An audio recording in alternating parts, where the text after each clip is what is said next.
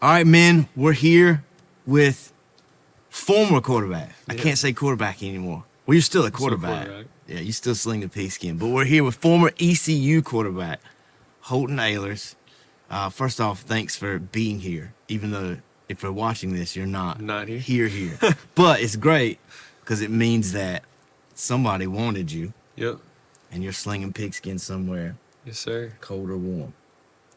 All right, man. So first off, thank you for being here. Obviously, big local guy, and found out you love Jesus. You do love Jesus, right? Yeah, oh, okay. absolutely. We could stop there if it was. Yeah, I was gonna say.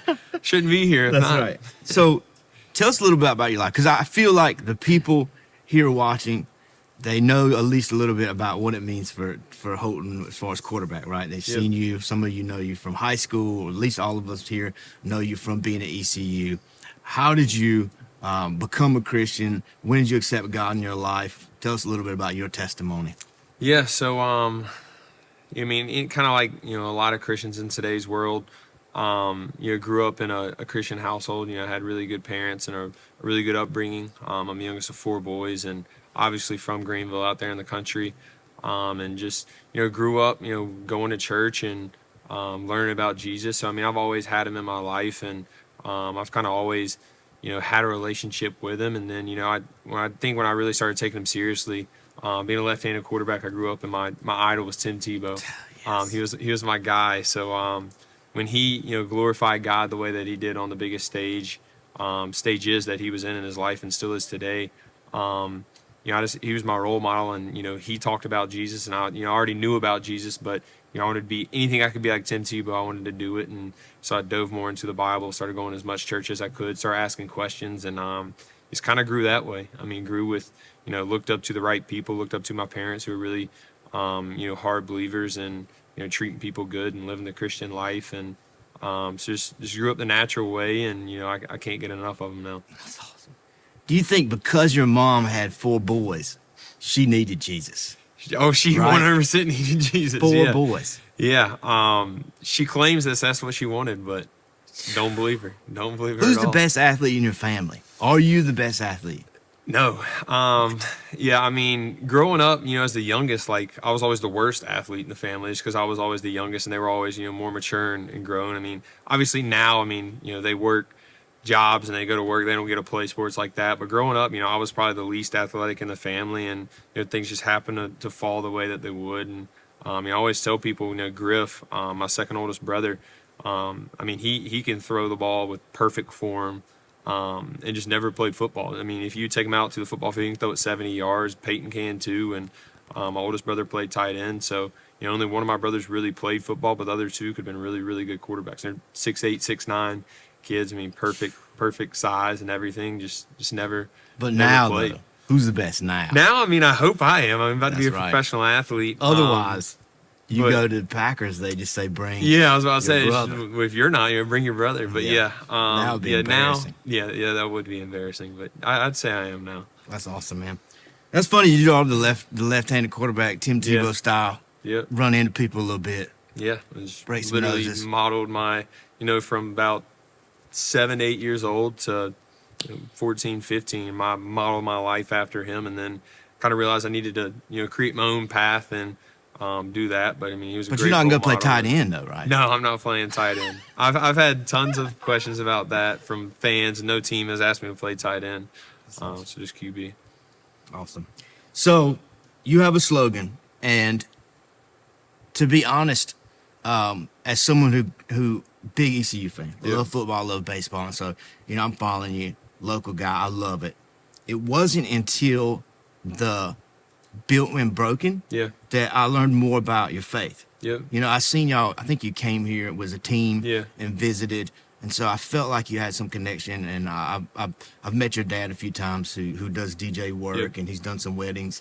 But the Built When Broke is when I thought, man, this dude, it does remind me of the Tebow. It does Yeah. have the faith aspect. Tell us a little bit about, you have a, it's your organization, right? Yeah. So it's my company. I have a full staff on board now. So yeah. So where did that come from? Yeah. So I went through some tragedy in my life. One of my best friends in the whole world growing up, grew up in my neighborhood.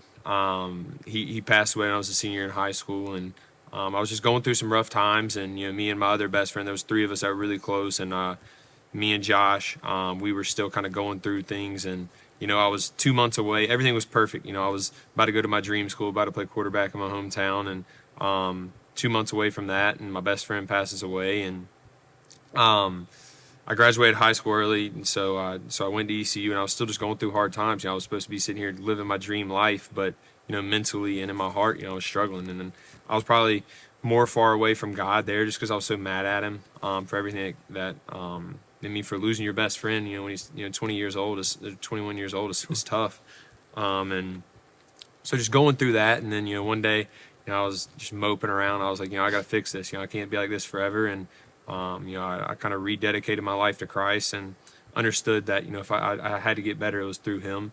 And then just came up with, the slogan, built when broken. I knew I was broken. My heart was broken, and, my mind was broken in a lot of ways, and I needed something to help me get through it. And I came up with built when broken, and helped Josh, too, my best friend, who was going through really the same thing. We lost our best friend that year, and we were both just struggling a lot, and it ended up helping us a lot. And we kind of just spread the word on it, and through other friends and family who were struggling, and kind of just naturally gain traction, and here we are today.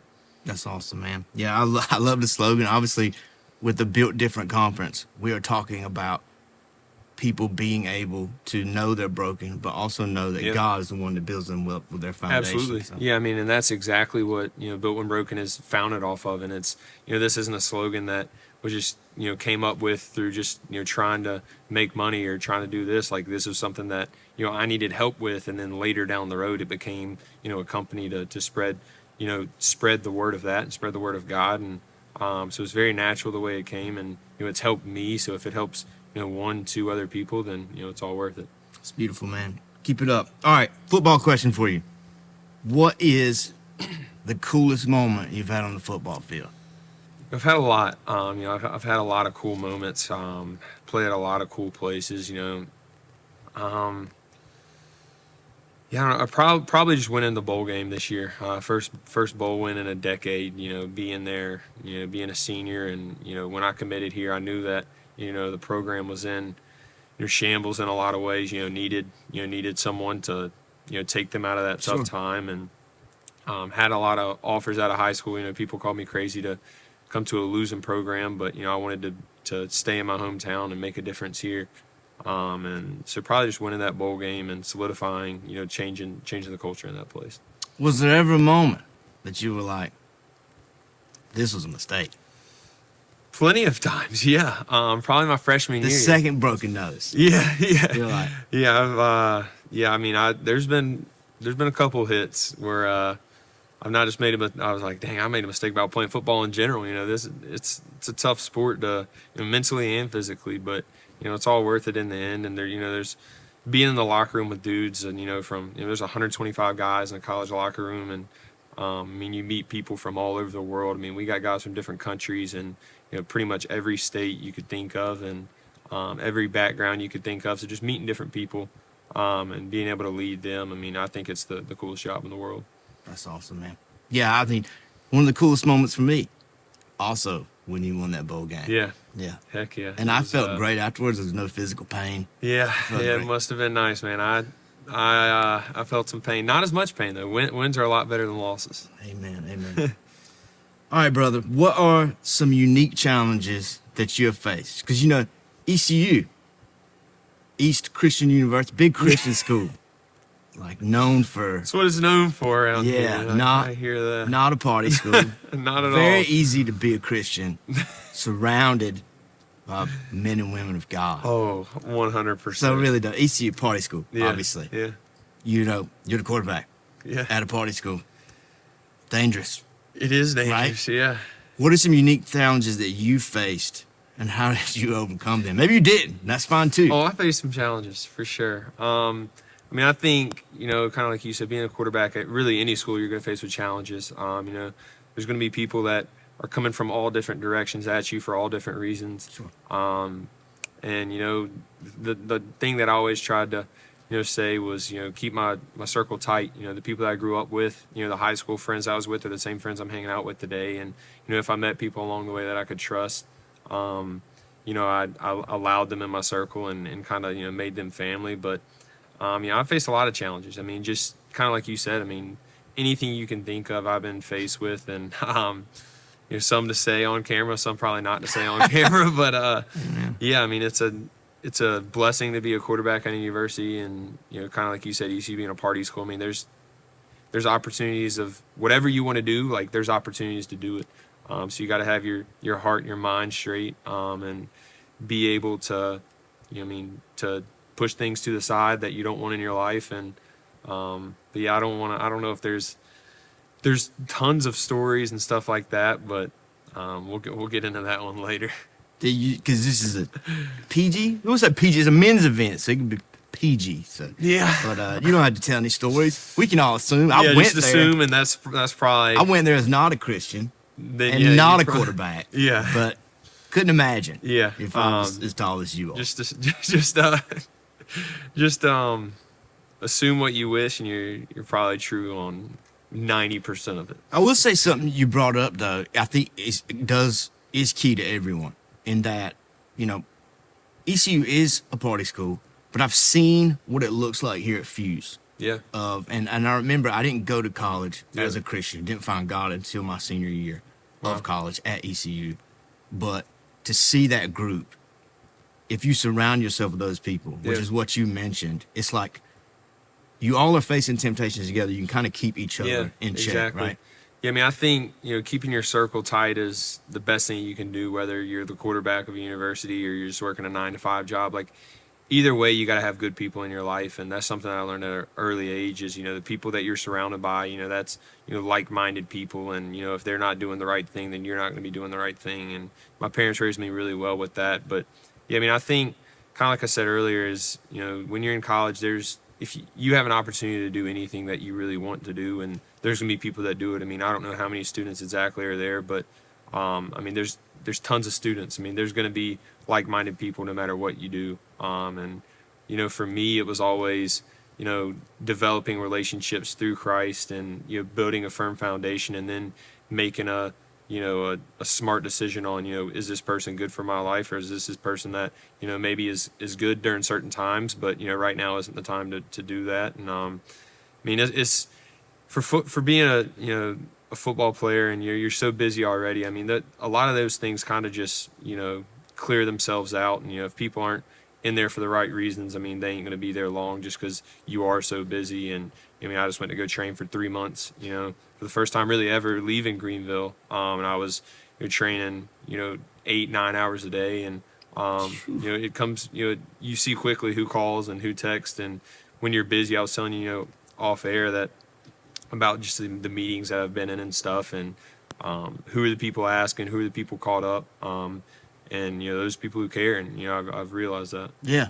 You actually blew me off the first night for Eli Manning. Yeah. Sorry about that. No, that's pretty cool, right? Yeah. Would you put God on hold for Eli Manning? No. I'll always but have Peyton, God. yes. My brother's named after Peyton. No, I'm just kidding. Peyton Manning. Yeah, that was a good one, man. But, I mean, God's always first. But, I mean, if Eli or Peyton calls, I'm probably going to have to pick that one up. Yeah, God, and then the Manning's probably right underneath. Dad. Yeah. What are some unique ways in that you've been gifted to bring God glory? Yeah, I mean, I just think, first, I mentioned the locker room and people being from all over is, you don't realize growing up in a Christian household, growing up in the Bible Belt, I mean, where pretty much everyone around here is Christian or 95% of people are Christian, or it seems that way. You're not used to meeting people who aren't, and being in a locker room of 125 guys from all over the world. Like, you're going to meet guys who are Muslim and meet guys who are even atheists and, guys who have never just met God, never heard anything about God. So I think that's a unique situation that, I really cherished and, really appreciated was, I can introduce these people to Jesus that maybe haven't ever heard Jesus. And, I used to, there's a couple of my friends and teammates that we go to church every either Thursday or Sunday when we can, or watch it online. And I used to always tell them is we get to see Jesus here, but some of these guys, the only Jesus they'll ever meet, the only Jesus they'll ever see is you. So spread that, and be a good example of that, because if we're sitting here being hypocrites, then they're not going to want any part of that. So I just think being in the locker room is the first really good opportunity to that my life has presented itself, is to meet people who I find it a privilege to meet someone who's an atheist, or someone who might not believe in it, because then that's the opportunity. We were created here to spread Jesus and spread God's word. And if someone's already a Christian, we can help them, but there's so much more opportunity in someone who doesn't know anything. To tell them. And then obviously the next great opportunity is in playing in front of 50, 60,000 people. That's just not many people get to sit and stand in front of that many people and do what we love. And if I can somehow show love and compassion, and whether it's on the sidelines or in interviews after games, or just the way I play, or something written on my wrist, as simple as that. If there's just one person that notices that, that's one person that can change the world. Love it, man. I do think that what you said is so great about the opportunities, taking them, being around. I tell people all the time that everyone has people in their life that you can make an eternal impact on. Absolutely. Right. And like that, and I hate to say it, but that's even bigger than football, right? Yeah. Like they can do 100%. that. You don't have to be 6'4", laser rocket on. You know? Absolutely. And that's only me and you are really gifted with that. Heck yeah. But it's a great opportunity, and everyone has their own opportunities though, and I think we'll get to that later. But we can ask that now. Let's do it, because I do think there is this, even last year, with having Chris, and having you this year. There's this feeling of, they have this audience, they have this platform. But what do you say to that person in the audience now who maybe is just the 9 to 5 and like doesn't feel like they have an influence? What do you say that they could do to bring glory to God?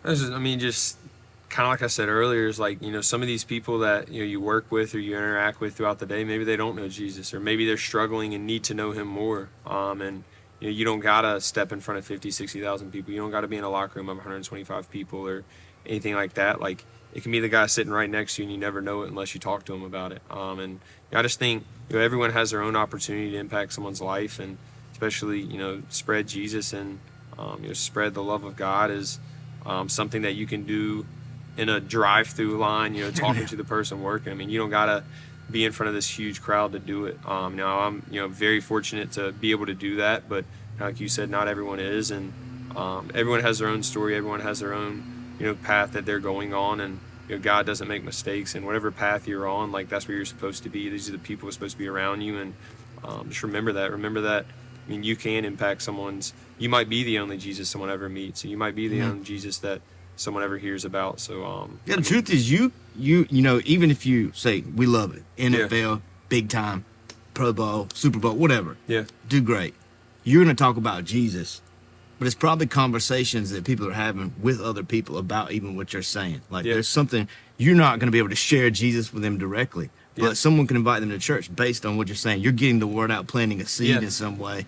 But I do think, especially in America, Christianity is spread through people showing what it means to look like a Christian, right? Absolutely. Not just saying it, because it's easy to say it, right? I used to, even at ECU, before I became a Christian, I had a lot of friends who said they were Christian, but for me, it was, you look just like me, Absolutely. So I think that you're right. Like, they're going to have opportunities, even based on people like you are spreading maybe the word in this general seed scattering, where they're going to have these opportunities. So that's really cool. Absolutely.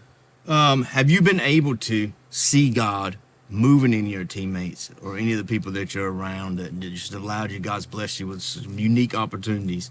Have you seen them move in any way? Oh, a ton. Yeah. There's tons of stories. I was at ECU 5 years, 5 long years. And it's because of COVID year, I got to come back and play my 5th. But yeah, I've seen God spread throughout a locker room and what that means. And there's been tons of stories of guys getting baptized and guys accepting Christ, guys coming to church for the first time. Whether we came here during camp a couple years ago, and guys coming to the front and giving their life to God. I've seen tons of stories like that, and tons of hearts change. And I mean, there's hearts still changing in that locker room. And you know, I mean, I know that, kind of like you said, I mean, if you leave an impact on someone, maybe they'll leave an impact on someone else. And so that's what I tried to do. And, you know, when I left, you know, I mean, I still taught those guys, you know, some of my best friends in the whole world. And, you know, God's still moving in that locker room, and hopefully continues to do so. That's awesome, man. Well, Holton Ahlers. Yes, sir. Is that your real name, Holton? That is my real name. God-given name? Yep, God gave me that name. Do you prefer Holt or Holton? I go by both. What if somebody calls you Holton Ahlers? Ahlers, I've heard that a time Have or two. you? They're probably not in my How about circle. when the announcer says Eastern Carolina University? Well, I'm not watching the People games when love he that. says that, but yeah, people get pretty upset about that. Yeah. What are you doing on the sideline when the defense is there? What am I doing on the Hot sideline? dog? No, not a hot dog. Never? Yeah. Man, what do I do on the sideline? You know, I'm real superstitious, so I'm usually sitting down watching the Jumbotron. I feel like every time I looked on the field, the other team was scoring. So I put a towel over my neck and I'd sit down and watch the Jumbotron. That's good. Did it work? There were some games you should have watched more Jumbotron. Yeah, were it scoring. didn't always work. I probably should have closed my eyes some of the games, but You got that part. yeah, cut that Yeah. one out. Hopefully there's no. All right, man. So we're all rooting for you. So you got a fan here. You got fans in the audience. Tell them a little bit about what is next for you. Obviously, if they're watching this, Somewhere else. they're somewhere else. Yeah, I'm in an interview then. Another interview. Yes. Not this. Is this harder than the other interviews? No, not at all. The other interviews are hard. This one, I mean, I love talking about God. I love, you know, just easy conversations like this, except the Jumbotron, the last question there you came up with. I mean, at what point Off, is it too old to try? Like, you know, You can do it. Hey, go out there and try. Hey, yeah. Chad Powers. Yeah, exactly. You know, I've met Chad's alternate ego, Eli, a couple of times, and he's doing pretty well with his wife. So Chris told me I had no chance of being in Major League Baseball. And to be honest, it hurt my feelings. yeah, We removed his membership. He's Yeah. no longer a member here. yeah, But NFL, you got a chance. yeah. Yeah. Special teams, Yeah, yeah. You run fast. long snapper. Long snapper. I run fast. I You probably run fast? 6'2", 40. Really? Yeah, That's fast. That's real fast. 40 feet. Yeah. Yeah. So what's next for you, brother? Yeah, so, you know, the draft is April 27th through the 29th. I'll be a day 3 guy, so the 29th for me is where I'll figure out where I'm going. Once I, you know, get drafted or sign, I leave the next day and start my next journey in life. Well, look, man, we appreciate you being here. We'll look forward, man. We're all rooting for you. We appreciate you coming, brother. Appreciate It's it. Thanks for awesome. having me. Thank you. Yes, sir.